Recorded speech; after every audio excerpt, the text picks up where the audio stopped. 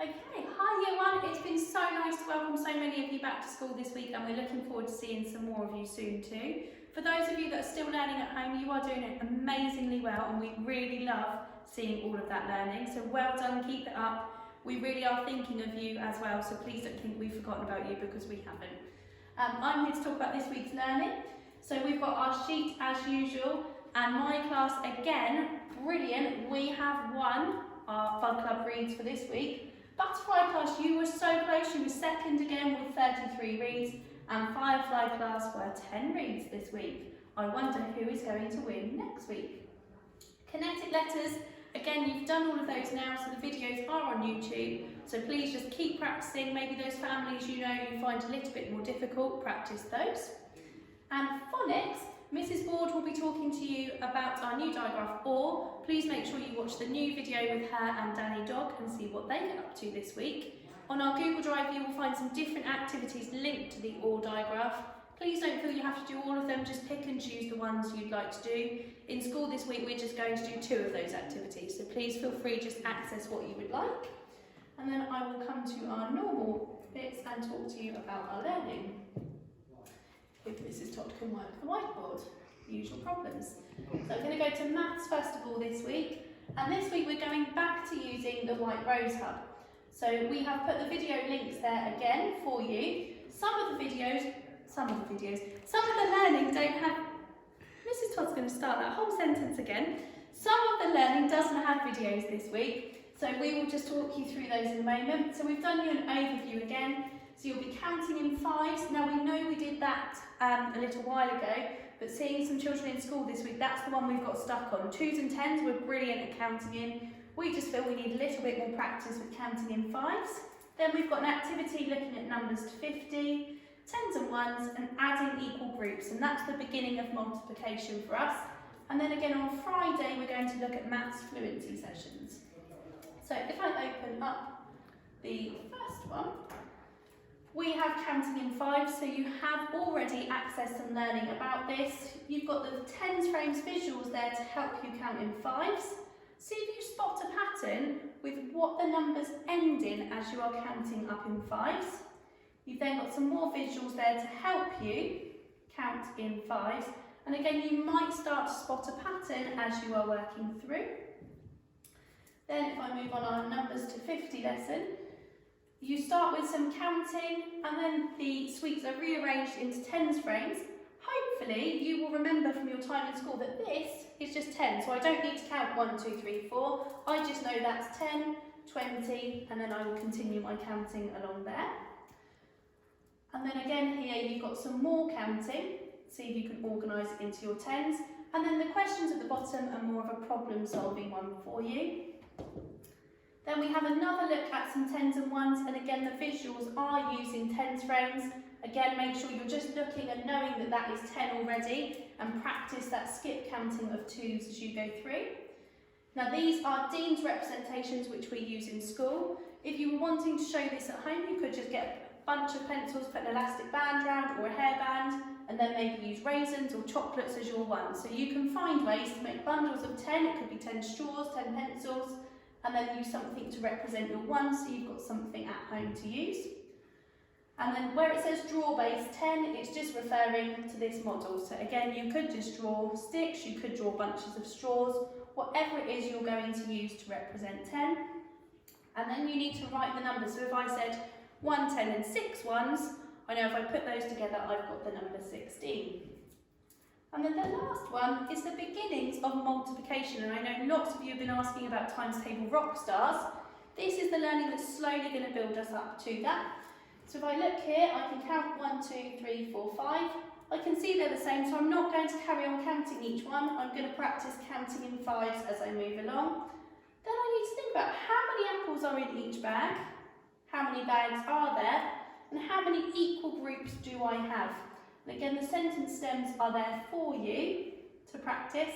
Again, here's a representation of 10. If you need to help you, get back out your straws or your pencils, whatever you used yesterday to make your groups of 10s.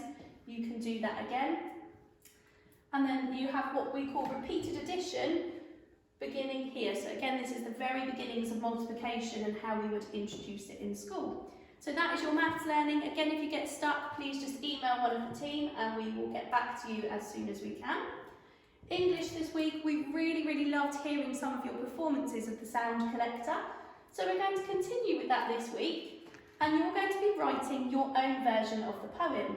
So first of all, you need to go on a sound hunt. So you need to have a look around. You could go on your daily walk or around your house. What sounds can you hear? So I'm in school, so I might just go to my whiteboard pens, and I've got my tapping there. So collect up some sounds that you'd like to use. And then we put the structure of the poem there for you. You can use this, or if you just want to write it online poem, that's fine. So for me, I've got the something of the something. So I could have the tapping of the pens. So that would be my first part of my poem. If you wanted to, once you've written your poem, you could send it to us teachers. I know we would love to see some more performances of brilliant poems happening in school.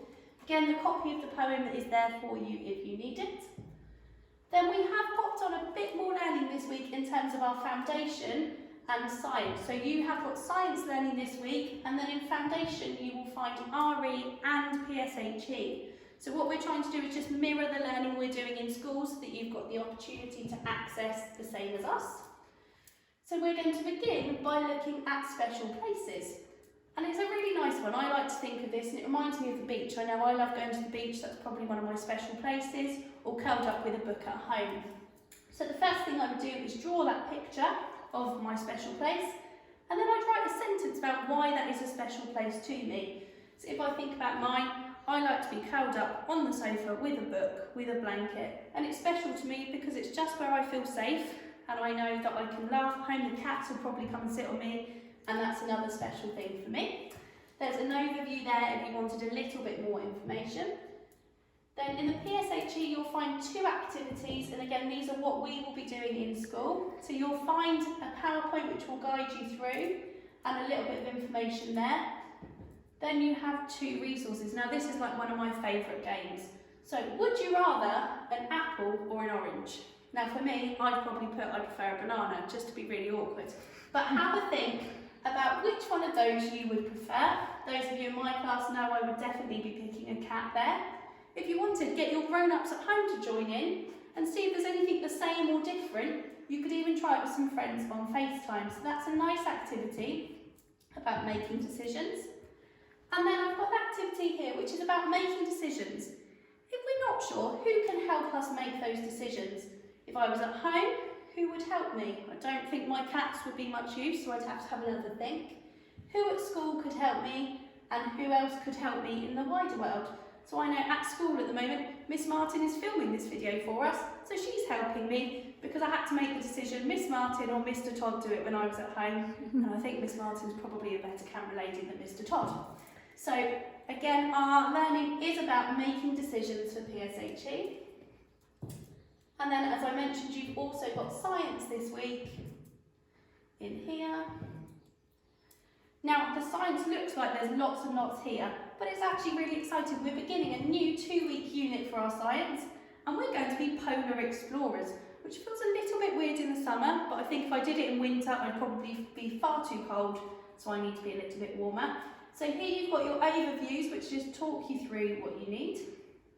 And then it explains there's 5 challenges for you, and then a packing list.